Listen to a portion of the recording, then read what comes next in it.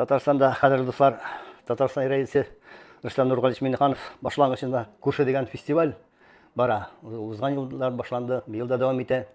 Актив кешеләр шул күрше дигән фестивальдә катнашып, грант отып, ишек алларында матур итеп бәйрәмнәр оештыра ала, гаилә бәйрәмнәре. Рөстәм Нургалиевич үзе әйтте бит инде, ишек аллары төзекләндерелә, безнең хәзер 10 еллап инде бара ул программа. Ишек аллары бик матур хәзер. Анда спорт мәйданчыгы да бар, балалар уен мәйданчыклары да бар, сәхнәләр дә бар.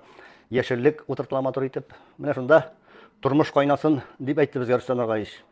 Дөрестән менә бу актив кешеләр Казанда булса, Чаллыда, Мәлмәттәме матур итеп ишек алды бәйрәмнәре оештыралар. Бу бик күңелле. Авыл халкы ул үзенчә молодцы, алар аралашып яши, авылда кеше бер гаилә кебек. Менә шәһәрдә бит без күп катлы йортларга кирип кайтып утырабыз да, шунда телевиз каршына чүгәбез дә, күршедә кем яши, нишлиләр анда белмибез дә, аралашмыйбыз да.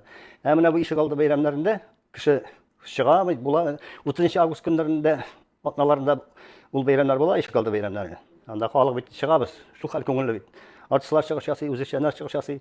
30 августта гына түгел, республика бәйрәмендә генә түгел, аны һәр җәй дәвамында, кыш көнне дә үткәрергә кирәк андый чараларны. Ул бит аралашасың, дуслашасың, берләшәсең, шунда танышасың, үзеңнең мәхәббәтеңне дә чыратырга мөмкин шул ук бәйрәмнәрдә. Шунда ук махсус хәрби операция катнашкан гаиләләрне чакырып, аларны хөрмәтләп, бүләкләп дигәндәй, ветераннарны чакырып хөрмәтләргә була. Бик истәлекле фестиваль дип саныйм. Һәм моны бик каты активлаштыра кирәк бу күрше фестивален. Һәм мин тулысынча хуплыйм бу фестивальне. Аралашып, матур итеп, бергәләшеп яшәргә кирәк.